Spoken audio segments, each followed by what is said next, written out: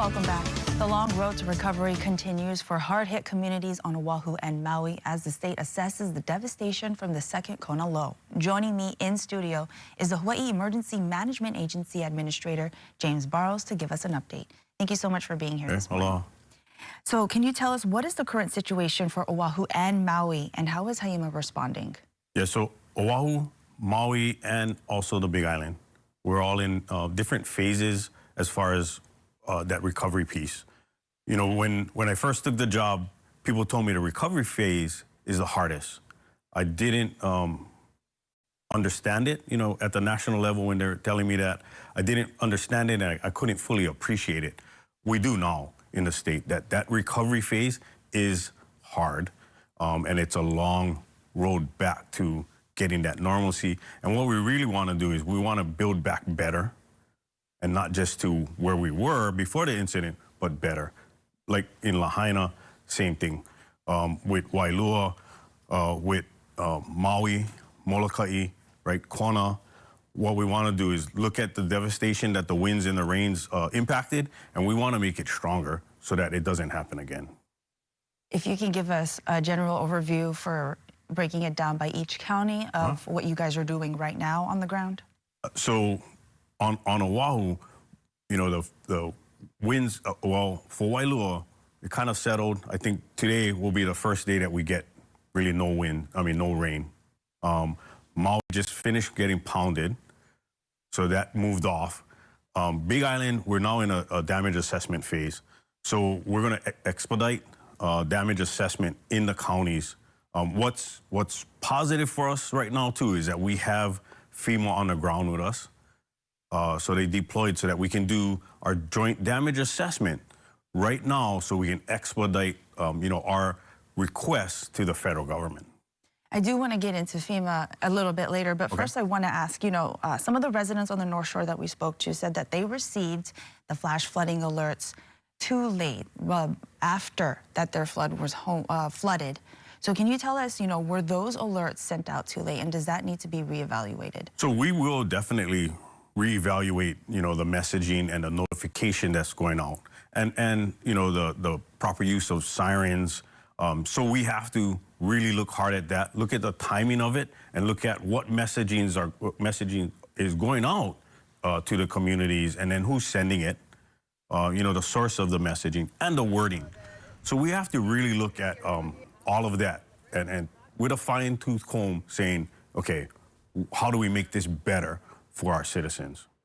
Can you give us an overview of how does HIEMA get alerted for these, storm impacts to send out those notifications to residents? So it's a combination between, the National Weather Service, our state warning point, who they're 24/7 for us in the state, and then with our county partners, every county during an evening period would have their watch on, duty officer or something that is their touch point for the county.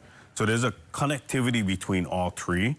And that's when I said earlier, we got to look at the timing of the messaging and what's going out in the messages. Coast Guard and the National Guard troops were deployed to assist. Are they going to continue to help, and for how long? So the Coast Guard will continue to assist with water rescues throughout the state. So they're doing this phase is really part of their core mission to support the state. And we've focused on Wailua during the heavy rains. They're helping Maui with their water search rescue. So they'll continue to do their missions across the state. For the National Guard, what I mentioned earlier is they came in for that response phase, helped out the first responders. Now, how do we pivot them to really help during the recovery phase, and how do we deploy them? So we're in constant communications with our National Guard partners on how to best use them. Right now, we're going to use them to help us do damage assessment in all counties. Now, you mentioned earlier that FEMA is here to help. We did speak to Representative Sean Quinlan, who is saying that he wants to see more state help, more state funding. So can you tell us right now, especially with the uncertainty with the FEMA funding, How much is the state pouring into the North Shore right now? And can we see more funding? I think the governor made, that commitment that we're going to look at what's needed, and he's made that commitment to recover all our communities, right? Wailua, we got to look at what Molokai happened to Molokai and on Maui, and then on the Big Island. So he's made that statement several times that we're going to look at what the state can throw into this recovery phase. Switching over now, we have to talk about the Waihua Dam. Can you tell us right now what is the current status of the dam? So the current status is the water went down in the reservoir. There was really, I know it was a concern for the past couple of days when you talk to our DLNR dam safety and you talk to the dam owners. There was no structural cracks, or the dam held and it operated properly. As the waters in the dam increase, at 90 feet it breaches, and once it breaches, that's when we'll have some degradation of the structure itself. So that's why, as we're watching the dam numbers go up, and other indicators too, right? When you look at the water, we're looking at the weather system and what else water is coming down, what kind of rain is back there. We're watching the indicators above the dam. We're watching the rain gauges below the dam. But the dam itself is safe according to dam safety and our owners of the dam. There is more assessments will be made. We had some conversations with the governor on, okay, what state assets can we use to strengthen that dam, and what kind of mitigation monies can we throw at that dam right now.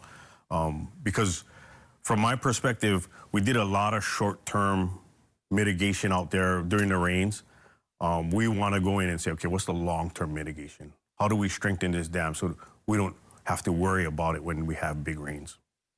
There seemed like at the time, especially on Friday, there were some mixed messagings, and I know that everyone monitors the dam and there's certain thresholds, but it seems that it's different with Dole Food Cannery, the city level, and also the state level. Is that something that needs to be reassessed and more streamlined so that the same messaging gets out there to the public? Yeah, like what we talked about earlier on the messaging, that's one of those things that we got to really take a look at and go, hey, what are we talking about? Because when we're looking at the different thresholds, there's certain actions that we'll take. That doesn't mean that it's a dam failure. That doesn't mean it's going to overtop, the dam. It means that we're taking certain steps so that we can safely evacuate. So that'll be one of the places that we really look hard at, and what messages went out, and make sure we streamline that. Currently, many people are still trying to recover, still trying to clean up from the storm. Can you tell us, what is the message for folks right now as they try to pick up the pieces from the storm? We will aggressively do damage assessment. I know we're doing some cleanup on the North Shore. We'll clean up. We'll get, the debris out of the way. We'll get some damage assessment teams out there so that we can do a very accurate damage assessment so that we can package that. Because that helps us, with insurance and with FEMA. The biggest piece for me is getting that damage assessment so I can package it and we can get it to the federal government to say, hey, Hawaii went through a major disaster and we're looking for federal support. James Barros with HIEMA, thank you so much. I know there's a lot of work to be done, but thank you very much for taking the time to do the interview. Thank you.